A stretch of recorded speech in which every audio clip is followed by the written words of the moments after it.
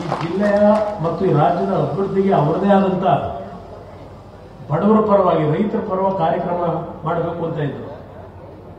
ಅವರಿದ್ದಿದ್ದು 10 ತಿಂಗಳು ಪ್ರಧಾನಮಂತ್ರಿ, 18 ತಿಂಗಳು ಮುಖ್ಯಮಂತ್ರಿ, 3 ವರ್ಷ ನೀರಾವರಿ ಮಂತ್ರಿ.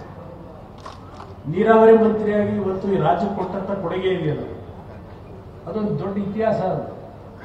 ಇವತ್ತು ನೆನ್ಕೊಳ್ಳದೆ ಇರ್ಬೋದು, ಮುಂದೆ ಅವರು ನಮ್ಮಿಂದ ದೂರ ಆದಾಗ ಆಗ ಜನ ನೆನ್ಕೊಳ್ತಾರೆ. ಬದುಕಿದ್ದಾಗ ಅದ್ರ ವ್ಯಾಲ್ಯೂ ಗೊತ್ತಾಗಲ್ಲ ಬಡ ಜನಕ್ಕೆ. ಮೊನ್ನೆ ನೀವೆಲ್ಲ ನೋಡಿದ್ರಿ, 103 ಡಿಗ್ರಿ ಟೆಂಪರೇಚರು. ಬೆಳಗ್ಗೆ ಆರ್ಥಿಕ ಸಚಿವರ ಉತ್ತರ ಇದೆ ಬಜೆಟ್ ಮೇಲೆ. ದೇವೇಗೌಡರು ಆ 103 ಡಿಗ್ರಿ ಟೆಂಪರೇಚರ್ ರಾತ್ರಿ 11:30 ಆಸ್ಪತ್ರೆಗೆ ಹೋಗಿ IVI ಹಾಕ್ಸ್ಕೊಂಡು ಆಂಟಿಬಯೋಟಿಕ್ ತಗೊಂಡು ಮನೆಗೆ ಬಂದು ರೆಸ್ಟ್ ತಗೊಳ್ಳಿ ಅಂತೇಳಿ ನಾವು ಮಲಗಿಸಿದ್ರೆ 11:30 12 ಗಂಟೆಯಲ್ಲಿ. ಬೆಳಗ್ಗೆ 10 ಗಂಟೆಗಾಗಲೇ ರೆಡಿ. ಇಲ್ಲ ನಾನು ರಾಜ್ಯಸಭೆಗೆ ಹೋಗಲೇಬೇಕು, ನಾನು ರೈತರ ಪರವಾಗಿ ಮಾತಾಡಬೇಕು, ನಾನು ಕಾವೇರಿ ಬಗ್ಗೆ ಮಾತಾಡಬೇಕು. ಹೋದ್ರು ರಾಜ್ಯಸಭೆಗೆ.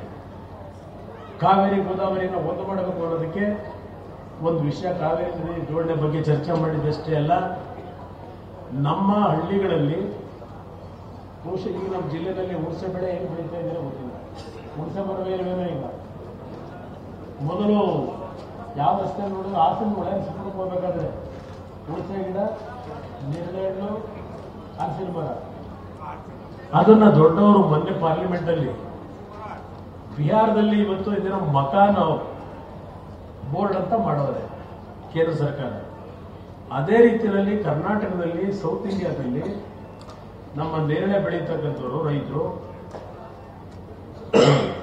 ಹುಣಸೆ ಬೆಳೆ ಬೆಳೀತಕ್ಕಂಥವ್ರು ಮತ್ತು ಹಲಸು ಬೆಳೀತಕ್ಕಂಥ ಒಂದು ಬೋರ್ಡ್ ಮಾಡಿ ನಮ್ಮ ರೈತರಿಗೆ ಒಂದು ಜೀವ ಕೊಡಿ.